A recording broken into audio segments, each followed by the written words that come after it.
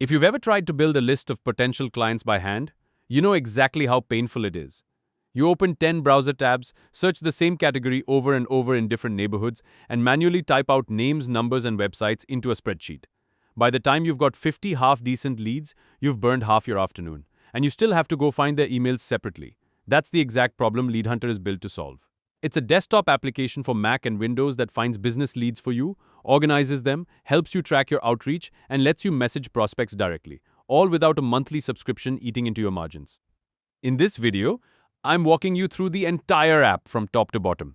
So by the end, you'll know exactly how to go from zero leads to a fully organized outreach campaign. Let's open it up. When Lead Hunter opens, the first thing you land on is the dashboard, and honestly, this is a great place to start because it gives you a real-time snapshot of everything you've collected so far. At the top, you've got 4 numbers that matter: total leads, qualified leads, leads with direct phone, and leads with active website. These aren't static, they update automatically as you run more searches, so you always know where you stand. Below that is a section called Intelligent Prospecting Insights, and this is genuinely one of my favorite parts of the app. It automatically looks at your entire lead database and tells you things you'd otherwise have to calculate manually.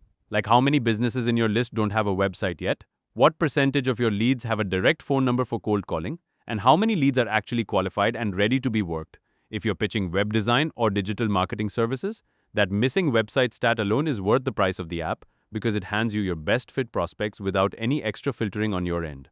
Let's actually generate some leads. Click Find Leads on the left sidebar. First, tell it what kind of business you're looking for. I'll type in restaurants. Then set your target location. This works with any city, region, or even a whole country. Next, set your search radius. I'll leave mine at 10 kilometers, which covers a standard metro area. Though you can widen or narrow this depending on how local you want to go. Then set your target lead limit. You can pull anywhere from 50 leads up to over 1,000 in a single search. I'll go with 100 for this demo. If you want more control over lead quality, click Expand Advanced Qualification Filters. Here you can set a minimum rating threshold. I've set mine to 4 stars and above, so I'm only pulling in well-reviewed businesses. Notice how everything you've selected shows up as a tag right above the search button. Category, location, target, and rating. That way you always know exactly what parameters you searched with, which is really helpful if you're running dozens of campaigns and need to look back later. Once everything looks right, hit Start Lead Discovery Search. Once your search finishes, head over to All Leads. This is where you'll spend most of your time inside the app. So let's go through it properly. You can toggle between Grouped by Campaign, which organizes leads by the search that generated them, or Flat Table, which shows everything in one continuous list.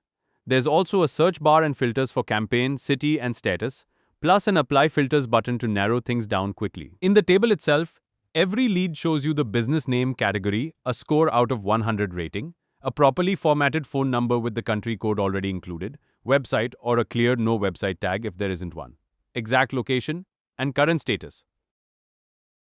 If you're managing multiple campaigns or want to isolate your strongest prospects, head to Lead Lists. Here I've got a segment called Delhi Web Design Agencies. Collecting leads only matters if you actually reach out to them, so let's set up outreach.